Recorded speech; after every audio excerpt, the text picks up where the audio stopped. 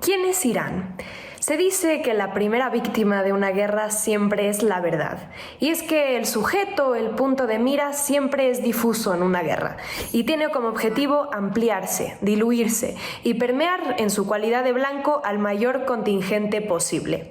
En una guerra desigual, asimétrica, la potencia no solo buscará afianzar sus alianzas, sino también masificar sus enemigos, para, con un solo ataque, disciplinar a todo quien le ha representado o le representa una amenaza.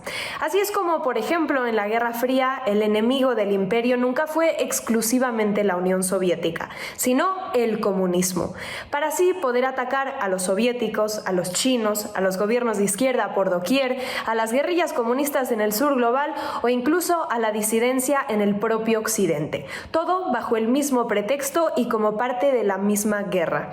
Así es que ahora todos los desobedientes nos convertimos en Irán. Mientras que América Latina se ha perfilado ya como un terreno en disputa, Irán como narrativa omnipresente e Irán como excusa de guerra han arribado ya a la patria grande. De la mano de nuestros vendepatrias de confianza, desde México a Venezuela y hasta Argentina, se abre un frente de este plan de invasión en Medio Oriente aquí mismo, en América Latina. En pleno ataque israelí contra Irán, bajo la bendición de Estados Unidos, en México estamos frente a pseudo-opinólogos que han llegado a declarar que los cárteles mexicanos tienen vínculos financieros con el régimen iraní. Cárteles que, obviamente, alegan, están respaldados por el gobierno mexicano.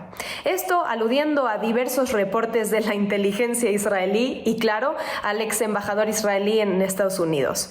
Un argumento que es cierto si movemos un poco las piezas, hablando no del gobierno actual de Morena, sino de diversos gobiernos prianistas y sus equivalentes en casi toda la región latinoamericana.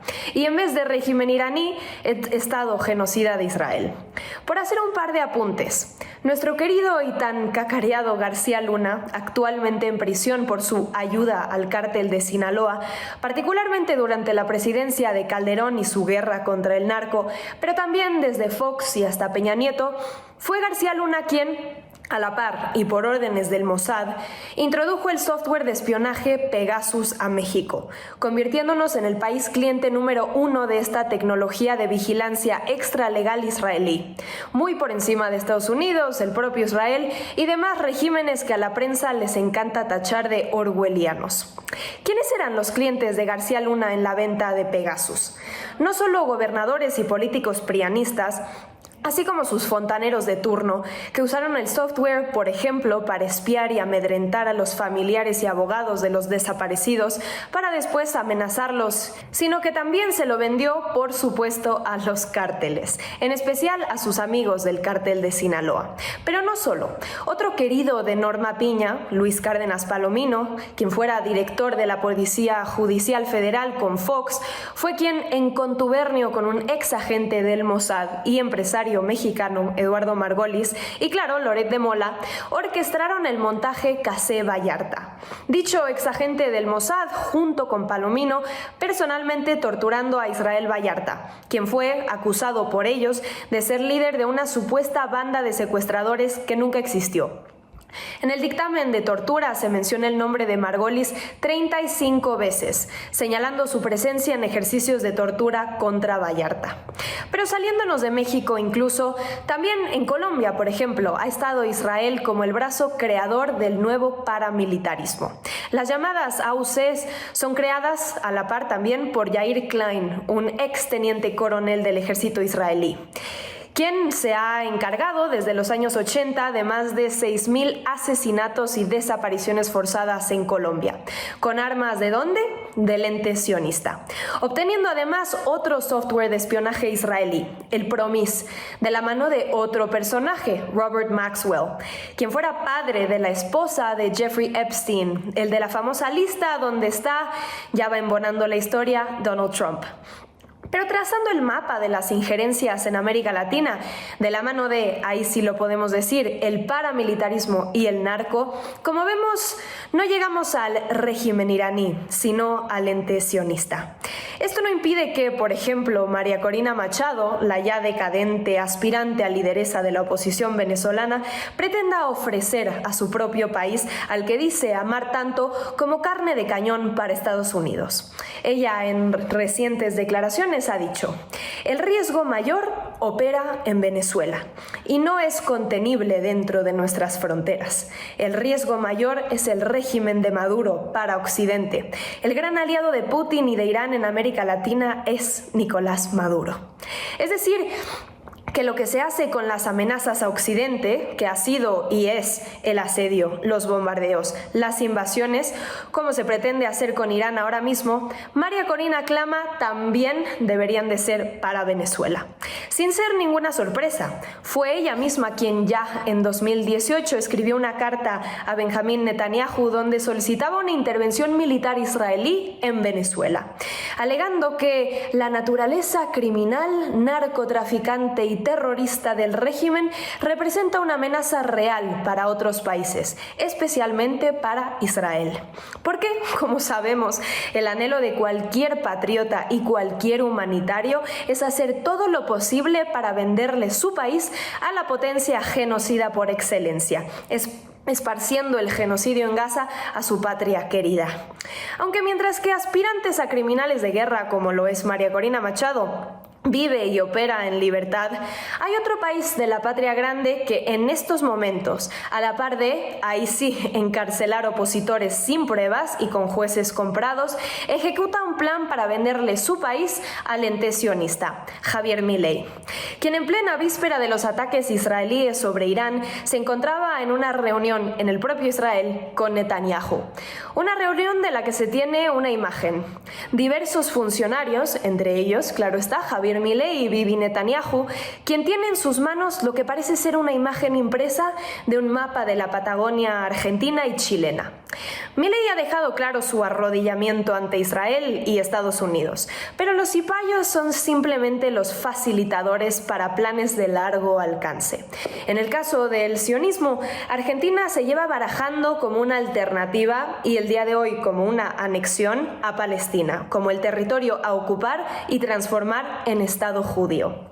Ya desde Theodor Herzl, el padre del sionismo, declaró sobre Argentina en su libro fundacional: es uno de los países naturalmente más ricos del mundo, con una superficie inmensa, escasa población y un clima moderado. Agregando también que, en ese 1896, la República Argentina tendría el mayor interés en cedernos un pedazo de territorio.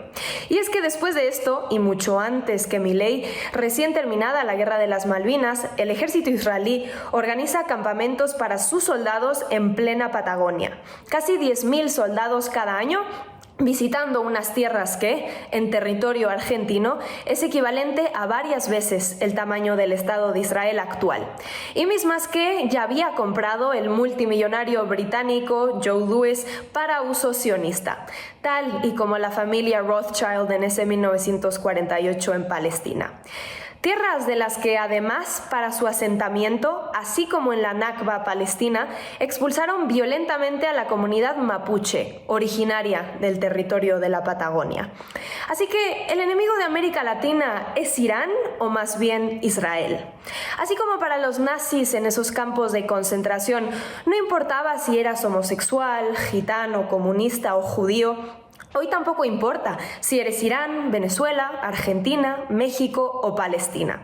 Las estrategias pretenden ser una y la misma. Copiando las andanzas de la CIA y sus revoluciones de color, es decir, operaciones de cambio de régimen disfrazadas de revoluciones populares y espontáneas, como las ejecutaron en los Balcanes, en América Latina y en el propio Medio Oriente, el mismo Netanyahu ha intentado en su largo gobierno crear, sin éxito, su propia red de revoluciones de color, con ayuda de los sospechosos habituales, el imperio estadounidense.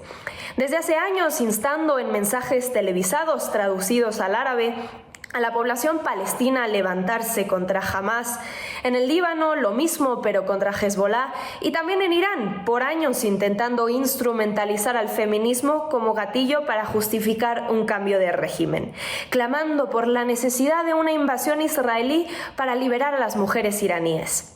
Y hoy, por ejemplo, usando sus medios sionistas para tergiversar videos de iraníes aplaudiendo y festejando a sus propias fuerzas aéreas mientras tratan de derribar aviones israelíes, pero difundiéndolos como si fuera lo opuesto. Iraníes festejando la llegada de aviones israelíes a bombardear su territorio. Porque como todos saben, es de esperarse que las bombas arrojadas a la población civil de un país impacten mientras todos cantan aleluya. Pero claro, si la revolución de color, como la que pretendieron Israel y Estados Unidos, en este caso en Irán, no colorea lo suficiente, entonces se pasa a la acción militar. Eso sí, justificada con colores reciclados de la Guerra Fría, o de la guerra contra el terror, o de la guerra contra el narco, las armas de destrucción masiva. Esas que la oposición clama también tenemos en México y en Venezuela.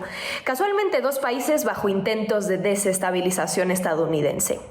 Por eso es que si la portada de la infame revista Times ahora titula El nuevo Medio Oriente, desdibujando la imagen del líder iraní como alentando a su eliminación, como lo hicieron ya en una portada espejo allá en la guerra contra el terror, desdibujando en ese entonces a Saddam Hussein después de su ejecución y el cambio de régimen ejecutado por la CIA, no pretenden que se quede en un nuevo Medio Oriente, sino que esto se extienda a un nuevo mundo, que sea suyo.